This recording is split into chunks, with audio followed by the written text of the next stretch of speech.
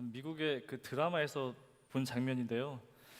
실제로 미국 사회에서는 이 부활주일이 되게 되면 이런 인사를 한다고 합니다. 먼저 목사님이 성도분들에게 이렇게 외칩니다. Jesus is risen. 예수님이 부활하셨습니다. 하면 성도분들이 Indeed, 진짜입니다. 그렇게 외쳐요. 자, 그러면 또 목사님이 Indeed 하면 우리 성도분들은 Jesus is risen 하고 이렇게 외치는데, 외치고 나서 서로 막 박수 치고요, 셀러브레이션, 서로 축하합니다. 근데 그건 미국 사회잖아요, 그죠? 우리 한국 사회니까 따라하지 마시고요. 한국의 전통적인 인사법이 있어요. 좌우를 바라보시고 바라보시면서 주님이 부활하셨습니다라고 우리 함께 양옆 바라보시면서 인사하시면 좋겠습니다. 주님이 부활하셨습니다라고 서로 인사하시는 거예요. 네. 너무 힘이 없어요. 여러분, 예수님이 부활하신 거 맞죠? 다시 한번 우리 큰 목소리를 우리 양옆 바라보시면서 예수님이 부활하셨습니다라고 인사하시는 겁니다. 예수님이 부활하셨습니다. 아멘. 예, 일부러 영어 어려울 것 같아서 제가 한국식 인사로 한 거예요. 여러분, 맞습니다. 주님이 부활하셨습니다. 전 세계의 많은 교회가 오늘 이 주일 예배를 아주 특별히 드리고 있습니다. 그 이유는요, 예수님의 부활은 우리 신앙에 있어서 반드시 가져야 할 핵심입니다. 이 부활에 빠지면요, 기독교는 아무 의미가 없다라는 거예요. 그래서 여러분들에게 묻고 싶습니다. 여러분, 진짜 예수님의 그 부활을 믿으시냐라는 거예요. 쉽게 내뱉는 말이 아니라, 책에 써져 있는 그런 교리가 아니라, 여러분들 생각하는 그런 신념이 아니라 정말로 예수님의 그 부활하심을 믿으시냐라는 거예요. 이 질문에 스스로 답하시는 오늘 이 시간 되기를 소망합니다. 저는 이번 주에 이 고난 주간이었죠. 이 월요일부터 두 가지를 했습니다. 두 가지. 그 첫 번째가 뭐냐면, 이 유진 피터슨 목사님이 쓴 이 부활이라는 책이에요. 2007년도에 쓴 책인데요. 이 책을 읽으면서 개인적으로 많은 묵상을 했습니다. 유진 피터슨 목사님이 이런 얘기를 하세요. 부활은요, 1년에 딱 한 번 드리는 그런 기념이 아니라 날마다 일상에서 경험하는 것이 부활이다라고 말씀하십니다. 제가 끝나고 제 마음에 감동이 되시는 청년들이 있을 것 같은데, 그분에게 제가 이 책을 선물로 드리도록 하겠습니다. 별로 반응이 안 좋은데요. 자, 또 하나가요, 여러분, 이 고난 주간에 이 정오 기도회가 있었죠. 들으신 분도 있을 거예요. 저는 담임 목사님께서 이 예수님의 마지막 일주일을 월요일서부터 금요일까지 계속해서 정오 기도회를 통해서 말씀을 전해주셨는데요. 저도 이 정오 기도회를 매일매일 듣고 참여했습니다. 당연히 교역자니까 참석해야 되는 거 아니냐라고 물어볼 수 있겠죠. 그게 아니라 예수님의 그 길을 한번 따라가 보고 싶었어요. 월요일서부터 사실 오늘까지 그 하루하루 어떤 길을 걸어가셨을까, 그 삶을 한번 따라가 보고 싶더라고요. 그렇게 이 고난 주간을 이 책과 이 기도를 통해서 그렇게 묵상하는 시간이었습니다. 여러분, 예수님은요, 이 고난의 첫날이죠. 이 첫날에 예루살렘에 입성하셨습니다. 근데 그 마음이 어떠셨을까? 이 나귀를 타고 제자들과 함께 예루살렘에 입성하게 되는데, 많은 사람들이 그 주님의 이름을 외칩니다. 호산나 하면서 찬송하며 주님을 환호하고 찬양하는데, 그 마음이 어떠셨을까? 저도 저희 집에 아이들한테 아이들의 이름을 불러줍니다. 최지원, 최지원 이렇게 외치면요, 저희 아이들 금방 한방 웃음을 지어요. 너무 좋아합니다. 근데 주님은요, 어떤 마음이셨을까? 사실 아셨을 거예요. 그 길이 고난의 시작이었다는 것이죠. 그리고 그 다음날 예수님은 성전에 들어가셔서 많은 일을 하셨습니다. 성전에서 비둘기를 팔면서 성전을 더럽게 만든 사람들을 혼내시죠. 의자도 엎으시면서 몹시 심하게 화내십니다. 또 반면에 가난한 과부가 두 렛돈을 가지고 헌금하는 그 모습을 보시고선 아주 따뜻하게 칭찬을 하시죠. 근데 여러분, 사실 다섯째 날부터, 그러니까 이 목요일 날 아침서부터 이 사건은 시작됩니다. 예수님은 제자들과 마지막 식사를 하셨어요. 그 이유가 십자가의 죽음을 하셨고 그 마지막 이 제자들의 발을 씻겨주셨습니다. 그리고 하시는 말씀이 이 가운데에 나를 배신할 사람이 있다라고도 말씀하시죠. 어떤 마음이셨을까? 그 말을 하시고 밤늦게 나가셔서 겟세마네 동산에 올라가셔서 기도하셨습니다. 땀이 흠뻑 젖으시면서 눈물로 기도하셨다는 거예요. 자, 그리고 금요일이죠. 이 이른 새벽에 로마 군들로부터 결박됐고 그들로부터 신문을 받으셨습니다. 이후에 이 빌라도의 재판을 받으시고 아쉽게도 이 사형 선고를 받으시죠. 그 시간 이후로 6시간 동안 십자가를 지시고 골고다 언덕에 올라가시고 마침내 그 십자가 앞에서 못 박히셔서 죽음을 맞이합니다. 그리고 나서 3일이 지나고 바로 오늘이죠. 주님이 부활하셨습니다.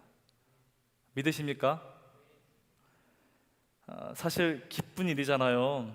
근데 이 부활을 정말 믿으시냐라는 거예요.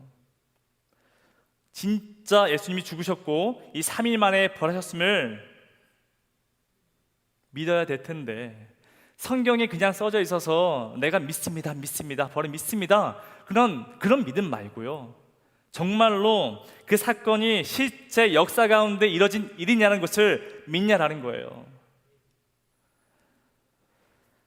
사실 여러분, 이 부활이라는 단어는요 굉장히 부담되는 단어이기도 합니다.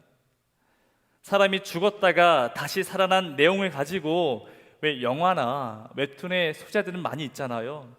근데 실제 이 사람의 몸이 죽었는데 다시 생명을, 다시 부활을 했다라는 그 사실을 믿는다는 것은요 쉽지가 않습니다. 그래서 교회를 오래 다니신 분들도 이 부활에 대해서는 믿지 못하시는 분들이 많이 있다는 거예요.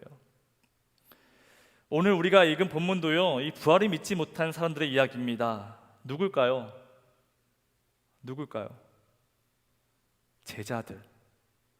예수님과 많은 시간을 함께 했던 그 제자들이 그 부활의 소식을 듣고 믿지 않았습니다. 이른 아침에 예수님의 무덤을 다녀간 여자들이 있습니다. 분명히 금요일 저녁에 예수님의 그 시체를 두 눈으로 똑똑히 봤습니다. 자, 그리고 나서 그 다음날 향품을 준비했고요. 시간이 지나고 나서 바로 오늘이죠. 오늘 이 이른 아침에 그 무덤에 갔는데 무덤에 1톤도 넘는 그 큰 돌이 옮겨져 있었고 그 안에 예수님의 그 시체는 없었다라는 거예요. 이때 천사가 나타나서 이렇게 얘기하시죠. 예수님은 부활하셨다. 이 이야기를 듣고 여자들에게 그 천사가 말씀하셨습니다. 그리고 급히 달려가 제자들에게 얘기했어요. 근데 그 제자들의 그 반응이 어때요? 11절입니다. 사도들은 그들의 말이 허탄한 듯이 들려 믿지 아니하나. 제자들은 여자들의 그 말을요 어떻게 들어요? 허탄하게. 여러분, 이 허탄하게라는 이 뜻은요 거짓되고 믿업지 않다는 뜻을 가지고 있습니다. 그리고 새 번역 성경에서는 어처구니 없는 말로 번역하고 있습니다. 그러니까 이 제자들은요 여자들의 그 부활의 소식을 듣고 전혀 믿지 않았다는 거예요. 그래서 여러분들이 제 설교를, 이 부활절 설교를 듣고 나서도 믿지 못한다라는 것은요 어떻게 보면 당연할 수 있다는 것입니다. 예수님과 함께 3년을 지냈던 그 제자들도 그 부활의 소식을 믿지 못했는데 우리야 별반 다르겠습니까? 그래서 2000년 지난 지금 우리에게 이 부활을 믿기 위해서는 역사적으로, 과학적으로, 경험적으로, 이 고고학적으로 증명해야 믿을 수 있습니다. 그렇게 이 부활이 사실이어야만이 예수님이 진짜가 되는 거예요. 가짜면 이 성경도 가짜고요. 이 교회도 이 기독교도 더 이상 이 진리를 선포할 수 없는 것입니다. 여러분, 우리 이 문제를 어떻게 받아들여야 할까요? 사실 주일학교에서는요, 아이들에게 이렇게 믿음을 가르치죠. 사실이 아닌 것을 믿는 것이 믿음이다. 그렇게 가르치잖아요. 근데 그러한 그 믿음으로 지금 우리가 똑같이 믿는다라면 더 이상 우리의 신앙은 자랄 수가 없습니다. 아니요, 오히려 우리를 그 맹목적인 신앙으로 머무르게 한다라는 거예요. 여러분, 이 부활의 사건을요, 여러분들이 직면하셔야 됩니다. 세상에서 친구들이, 가족들이 여러분들에게 물어봐요. 진짜 그것이 사실이냐? 어떻게 답하시겠습니까? 여러분들이 먼저 이 문제를 직면하시고 답하셔야 그 다음에 신앙의 성장이 있다는 것이에요. 사실 이 문제는요, 이미 미국에서 논쟁이 많았습니다. 미국에는 이 지저스 세미나라는 그 모임이 있습니다. 지저스 세미나. 이야기 들으니까 뭔가 예수님의 말씀을 가리키는 학회인 것 같죠. 근데 그 반대입니다.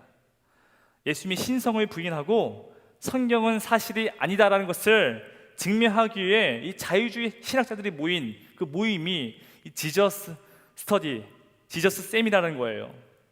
근데 그 모임을 만들어낸 그 존 도미니크 크로스탄이라는 이 교수가요, 이런 얘기를 합니다. 이 복음서의 내용은, 예수님의 이야기는 80%가 다 허구이다, 사실이 아니다라고 주장합니다. 부활에 대해서는 더 확실히 말합니다. 예수는 이 빌라도에 의해서 죽었다라는 것은 맞다라는 거예요. 실제로 로마의 역사가 요세푸스나 이 로마의 역사가였던 타키투스는요, 그의 책에서 확실히 말합니다. 역사는 증명해요. 예수님이 빌라도에 의해 죽었다는 것은 역사가 증명합니다. 그건 믿는다라는 건데 부활은 믿을 수 없다 이야기합니다. 실제로 예수님은 고문을 당했습니다. 십자가에 매달리기 전에 예수님은 이 태형을 당하셨는데 얼마나 아팠겠습니까? 그때부터 십자가에 못 박히시기 전까지 참다가 결국 기절하셨습니다. 그리고 그 기절한 상태에서 이 빈 무덤에 안치되는데, 여러분, 이 바닥이 돌이 얼마나 차가워요. 굉장히 차갑죠. 그때 깨셔서 무덤을 걸어 나갔다는 거예요. 이게 바로 예수 기절설입니다. 어이가 없죠. 실제로 많은 사람들이 근데 이 주장을 신뢰한다는 거예요. 미국의 ABC 방송국에서는요, 이 내용을 가지고 특별 방송을 다루기도 했습니다. 이것 말고도 많습니다. 예수 마취설, 예수 시신 도난설, 또 신천지 이단들처럼 종교를 만들기 위한 조작설 등 여러 가지 가설을 가지고 이 부활은 가짜다는 것을 증명하기 위해서 많은 사람들이 이런저런 얘기를 한다는 거예요. 여러분들 듣기에는 많이 허술하실 겁니다. 근데 왜 우리는 이런 말도 안 되는 그 학술을 가지고, 이 논증들을 가지고 왜 쩔쩔매는 것일까? 이유는 간단합니다. 여러분, 공격하는 건 쉬운데요, 수비가 어려운 거예요. 한 사람은 계속 공격만 합니다. 근데 반대편에서는 계속 수비만 해요. 얼마나 어려울까요? 전 그래서 여러분들이 세상 사람들에게 뭐라 대답하시겠냐라는 거예요. 상상 속에 만들어낸 사건이 아니라 역사적으로 실제 일어나는 것이 이 부활이다라는 것을 어떻게 설명하시겠습니까? 전 그래서 오늘 좀 공격해 보려고 합니다. 수비만 하는 것이 아니라 한번 공격해 보고 싶은 거예요. 그 첫 번째 이렇습니다. 2000년의 역사가 이 부활을 증명한다라는 거예요. 여러분, 예수님의 그 부활은요, 너무 빠르게 교회로 퍼져나갔습니다. 다들 아시겠지만 이 신화나 전설은요, 사실 오랜 시간이 걸려요. 근데 예수님의 부활 사건은 고작 몇 년 사이에, 2년에서 8년 사이에 급속도로 이방 교인들에게 퍼져나갔습니다. 여러분, 한두 사람의 증언으로 만들어진 교리라면 불가능한데요, 여러 사람의 증언이어야만 이것이 가능하다라는 거예요. 다들 경험해 보셨겠지만 가짜는 시간이 지나면 어떻게 돼요? 금방 들통납니다. 신앙촌이 그래요. 신앙촌. 우리 교회 성도분들도 많이 있습니다. 박태선은요, 이 이단의 대부입니다. 실제로 이 천부교는요, 1990년도에 천부교회 성도들이 몇 명인지 아십니까? 10,000명도 아니고요, 10만 명도 아니고 100만 명. 근데 여러분, 이 100만 명이 다 지금 어디 갔습니까? 지금 1,000명도 남지 않았습니다. 왜요? 가짜이기 때문에.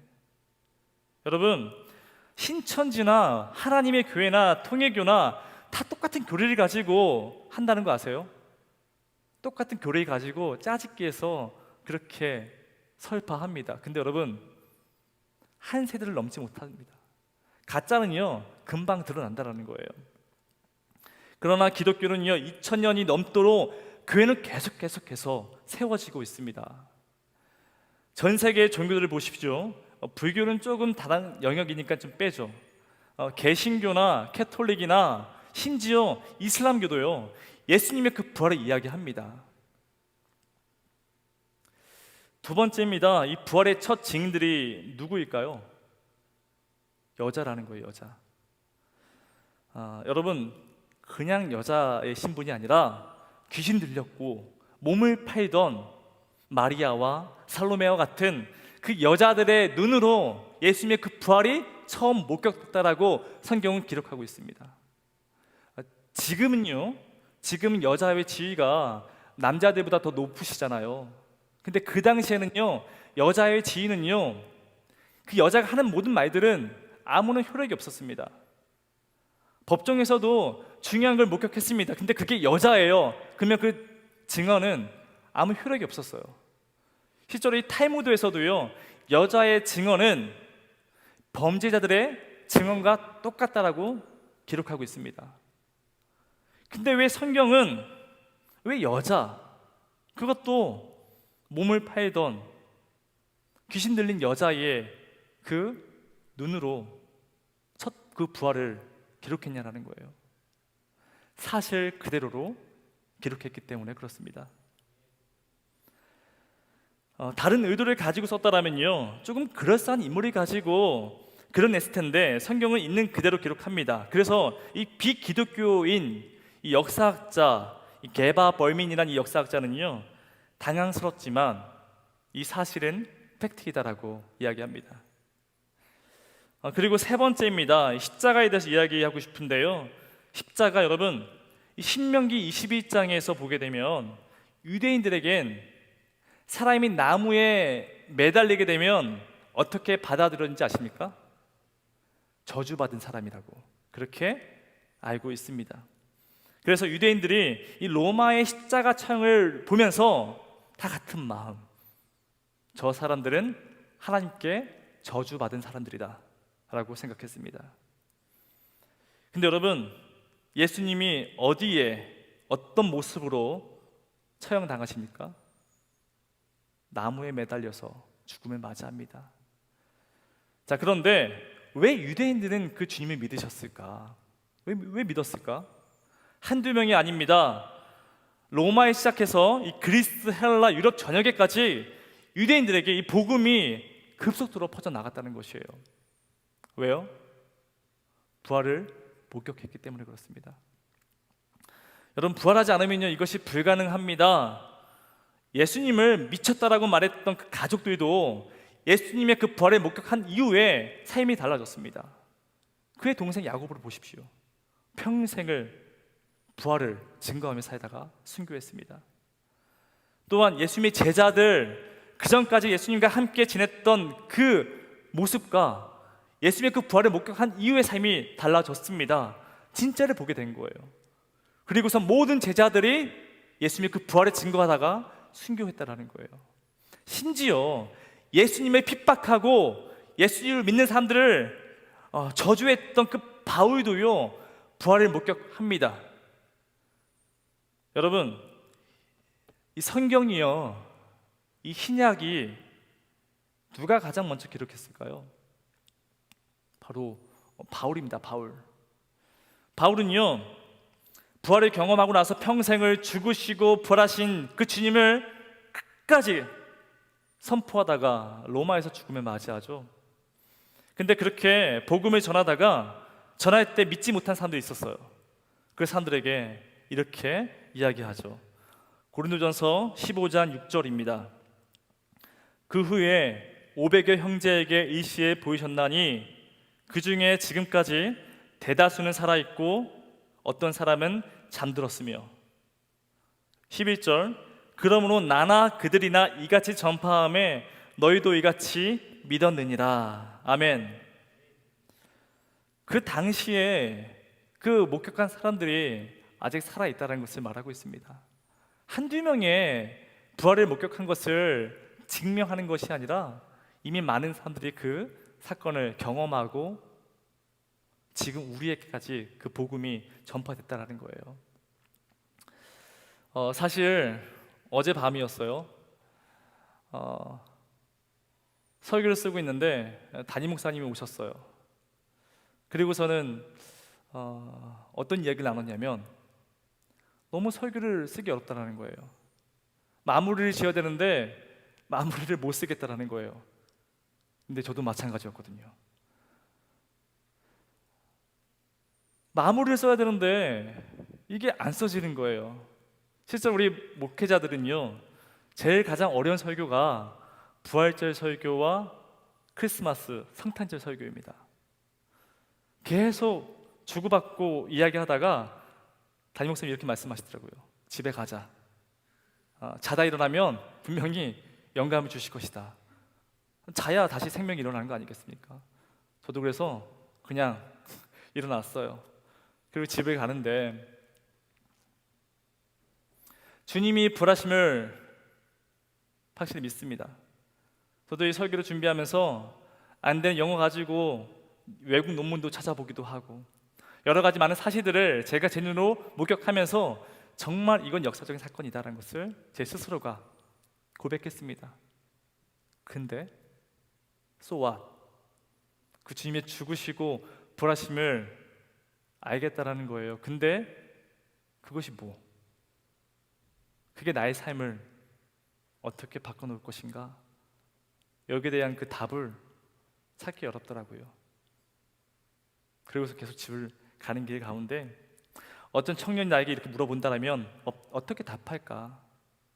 여러분들도 지금 예배를 드리셨습니다. 예배 드리고 이제 다시 밖에 나가게 되면 똑같은 현실을 마주할 텐데 예수님의 그 죽으시고 부활하심이 나에게 어떤 영향을 미치는 것인가? 인터넷으로 예배 드리는 분들도 마찬가지예요. 예배를 드리셨습니다. 네, 주님 지금도 살아계십니다.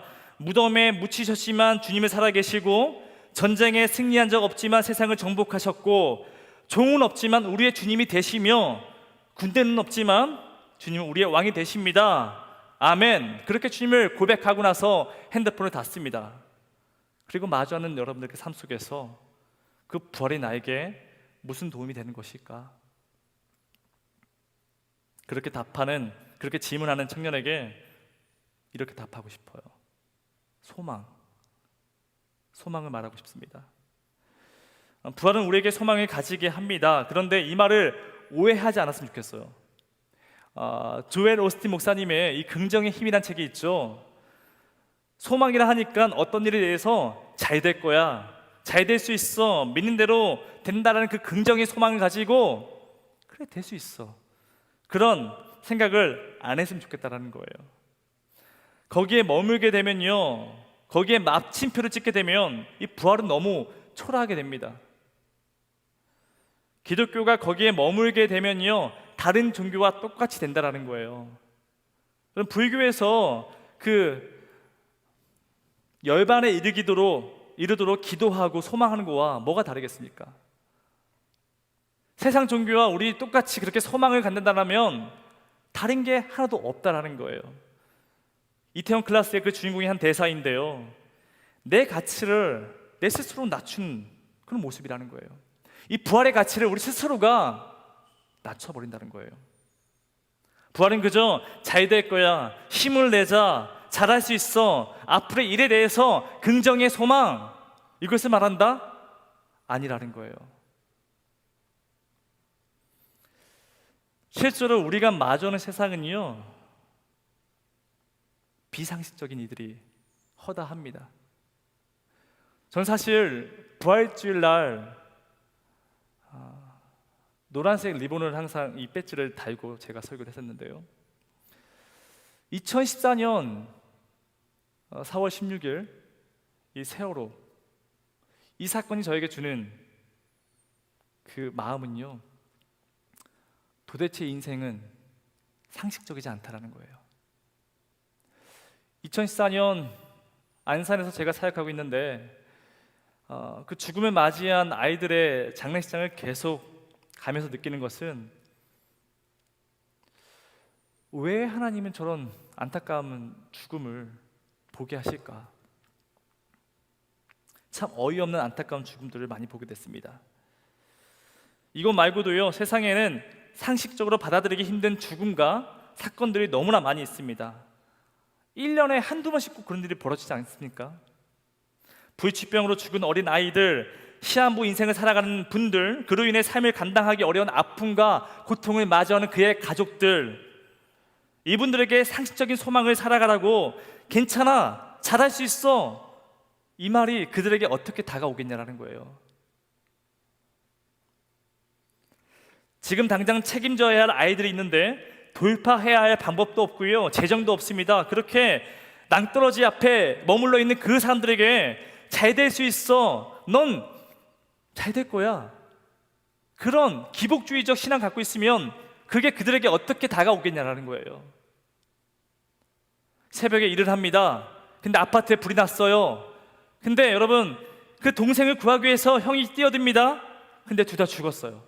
그 죽음을 맞이한 그 부모님 마음 가운데 잘 될 수 있어, 잘 될 거야, 그런 말이, 그런 소망이 그들에게 어떻게 들리겠냐라는 거예요. 여러분, 이런 분들에게는요, 생명이 없습니다. 잠을 자고 밥은 먹지만요, 살아있어도 살아있는 삶이 아니라는 거예요. 죽음입니다. 여러분, 그럴 때 주님이 이렇게 말씀하세요. 빈 무덤을 바라보라는 거예요. 빈 무덤. 산 소망이신 주님을 바라보라는 겁니다. 비상식적인 일이지만 그 빈 무덤, 예수님이 죽으시고 부활하신 것을 우리에게 주신 선물로 부활을 말씀하고 있다는 겁니다. 베드로전서 1장에서 베드로가 이 산 소망에 대해서 잘 설명하고 있는데요, 예수 그리스도를 죽은 자 가운데서 부활하게 하심으로 우리를 거듭나게 하사 산 소망이 되게 하시며, 너희는 이제 여러 가지 시험으로 잠깐 근심하겠으나 오히려 크게 기뻐하는도다. 아멘. 우린 이 시간 다시 또 찬양하고요, 결단하고 기도하실 텐데, 여러분, 이 부활을 붙잡아야 살 수 있습니다. 오늘 설교의 주제가 뭐냐면요, 우리는 무엇으로 사는가? 여러분, 우리는 부활로 사셔야 됩니다. 예수님의 그 빈 무덤을 바라보면서 영원한 생명이 되어주신 그 산소망을 붙잡고 살아가시는 겁니다. 그 부활을 붙잡았을 때에 우리의 슬픔과 고통과 아픔과 외로움이 그 부활을 통하여서 평강과 기쁨과 희락과 은혜로 가득가득 넘치시는 그 은혜를, 그 능력을 경험하시는 여러분의 삶이 되기를 소망합니다. 아멘. 여러분, Jesus is risen, 주님의 부활을 믿으십니까? 아멘. Indeed 하시는 여러분의 삶이 되기를 소망합니다. 우리 시간 다 함께 찬양하실 텐데, 죽음 앞에 놓여져 있지만 하나님은 부활하셨어요. 그 부활을 바라보면서 끝난 것 같지만 다시금 우리에게 살아갈 힘을 허락해 주십니다. 비록 이 땅 가운데 그 생명을 다시 맛보지 못할지라도 영원한 한 나라를 꿈꿀 수 있게 하는 그 부활을 품고 살아가야 한다는 거예요. 이 시간 우리 다시 찬양하실 텐데, 다시 오실 그 주님을 고백했으면 좋겠습니다. God is back. 주님이 다시 돌아와야만이 살아갈 수 있습니다.